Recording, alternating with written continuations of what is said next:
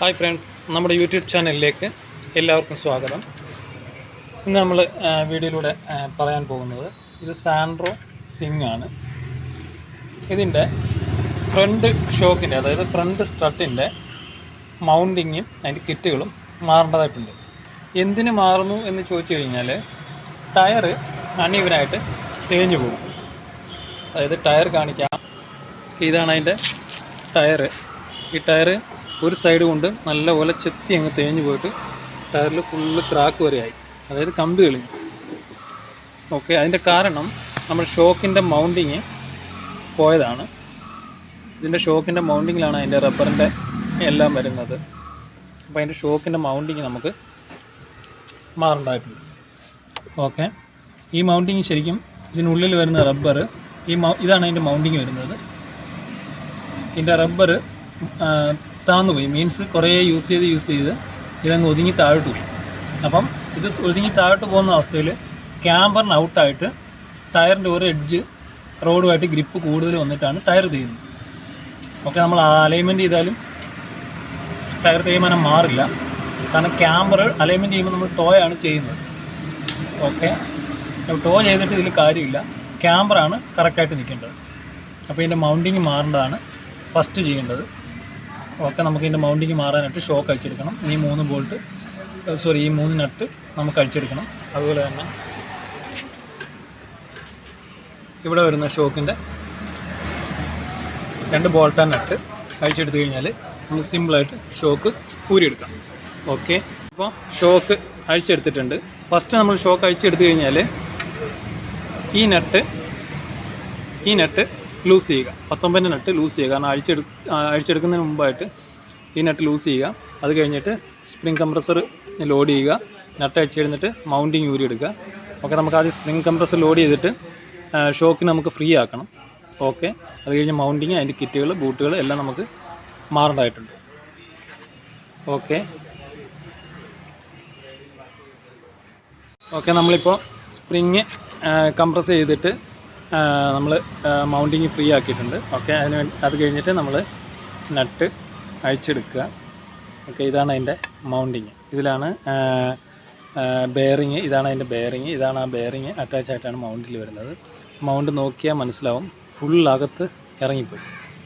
Okay, അതായത് ഈ rubber കാലപ്പഴക്കം കൊണ്ട് ലോഡായിട്ട് അകത്തോട്ട്, ഈ ഷോക്കിൻ്റെ ലോഡ് കൊണ്ട് അകത്തോട്ട് പോയിരിക്കുകയാണ്.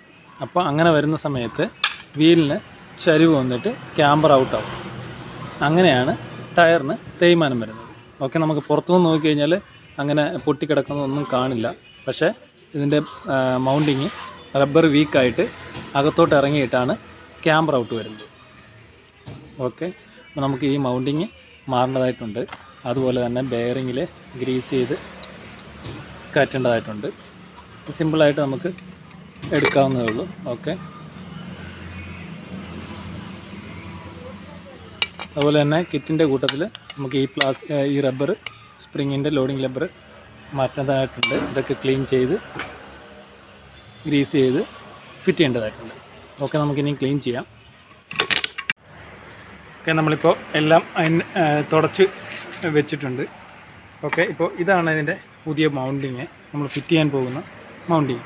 ഇതാണ് അതിൻ്റെ പഴയ മൗണ്ടിങ്. ഓക്കെ, ഇത് തമ്മിലുള്ള വ്യത്യാസം നോക്കിയാൽ മനസ്സിലാവും.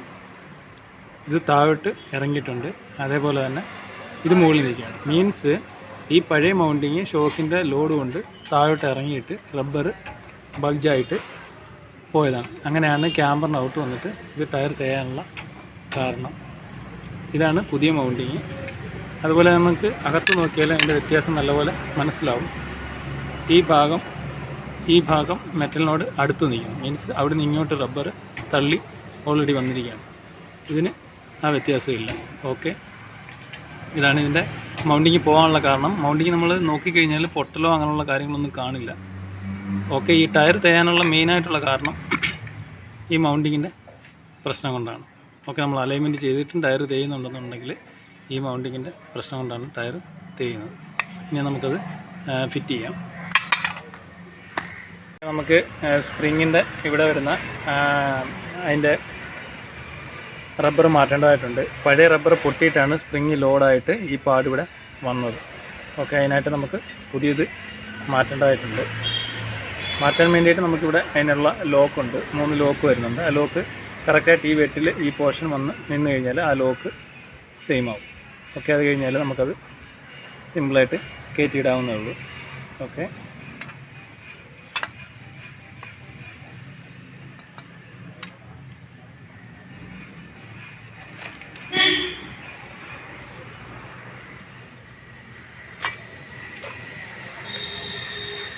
ഓക്കെ, നമ്മളതിൻ്റെ ഡസ്റ്റ് ബൂട്ട് ഫിറ്റ് ചെയ്യുന്നു.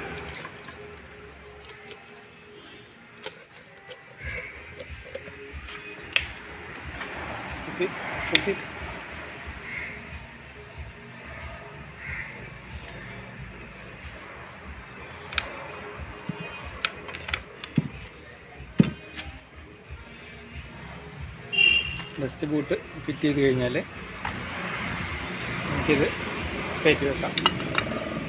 ഇതിനും അതേപോലെ തന്നെ സ്പ്രിങ്ങിൻ്റെ വെട്ടുണ്ട്, ആ വെട്ടിൽ കറക്റ്റായിട്ട് കയറ്റി വെക്കുക. അത് കഴിഞ്ഞിട്ട് നമുക്ക് ഗ്രീസാണ്, ബെയറിങ് പുതിയ ഇടേണ്ടതായിട്ടുണ്ട്. ഇത് പഴയ ബെയറിങ്ങാണ്. ഓക്കെ, ഒരു ശകലം ഗ്രീസ് നമുക്ക് ബെയറിങ്ങിൻ്റെ ഭാഗത്ത് തേച്ച് വെക്കുക. ഓക്കെ, ബെയറിങ്ങിൻ്റെ പൊസിഷൻ വന്നിട്ട് ഇങ്ങനെയല്ല, ഇങ്ങനെയാണ്. മീൻസ് ഈ പുതിയ മൗണ്ടിങ്ങിൽ വന്നിട്ട് അറ്റാച്ച് ആവുന്ന ഭാഗം ഇങ്ങനെയാണ്. നമ്മളൊരിക്കലും തിരിച്ചിടരുത്. തിരിച്ചിട്ട് കഴിഞ്ഞാൽ ബെയറിങ് പൊട്ടിപ്പോവും. സ്റ്റിയറിംഗ് ഓടിക്കുന്ന സമയത്ത് സൗണ്ടൊക്കെ കേൾക്കാനുള്ള ചാൻസ് കൂടുതലാണ്. ബെയറിങ് നമ്മൾ ഫിറ്റ് ചെയ്തു.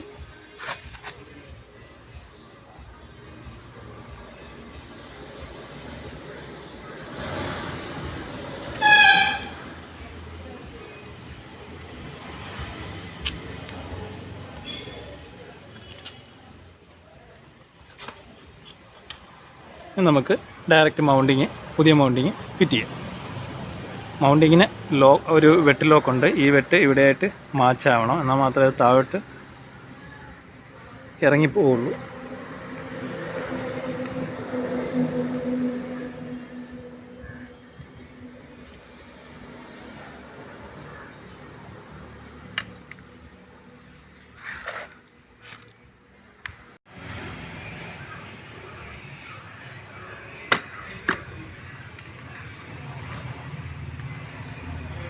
വെട്ടിൽ കറക്റ്റ് ആയിക്കഴിഞ്ഞാൽ നമുക്ക് നട്ട് ടൈറ്റ് ചെയ്യുന്നതിന് മുമ്പേ ഇവിടേക്ക് സീറ്റിംഗ് ആണോ എന്ന് കറക്റ്റായിട്ട് നോക്കണം.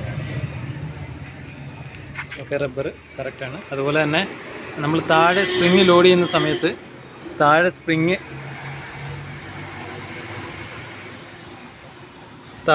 ഇടുന്ന സമയത്ത് ഒരു ശകലം ഗ്രീസ് തൂക്കേണ്ടതാണ്. ഇല്ലെന്നുണ്ടെങ്കിൽ കരച്ചിൽ സൗണ്ടൊക്കെ അത് കേൾക്കാനുള്ള ചാൻസ് ഉണ്ട്. ഓക്കെ, നമ്മളിപ്പോൾ ഇതിൻ്റെ മൗണ്ടിങ് ഫിറ്റ് ചെയ്ത് കഴിഞ്ഞു. അതുപോലെ തന്നെ നട്ടും ടൈറ്റ് ചെയ്ത് കഴിഞ്ഞു. ടൈറ്റ് ചെയ്തിട്ടില്ല, നമ്മൾ കൊള്ളിച്ച് വെച്ച് കഴിഞ്ഞു.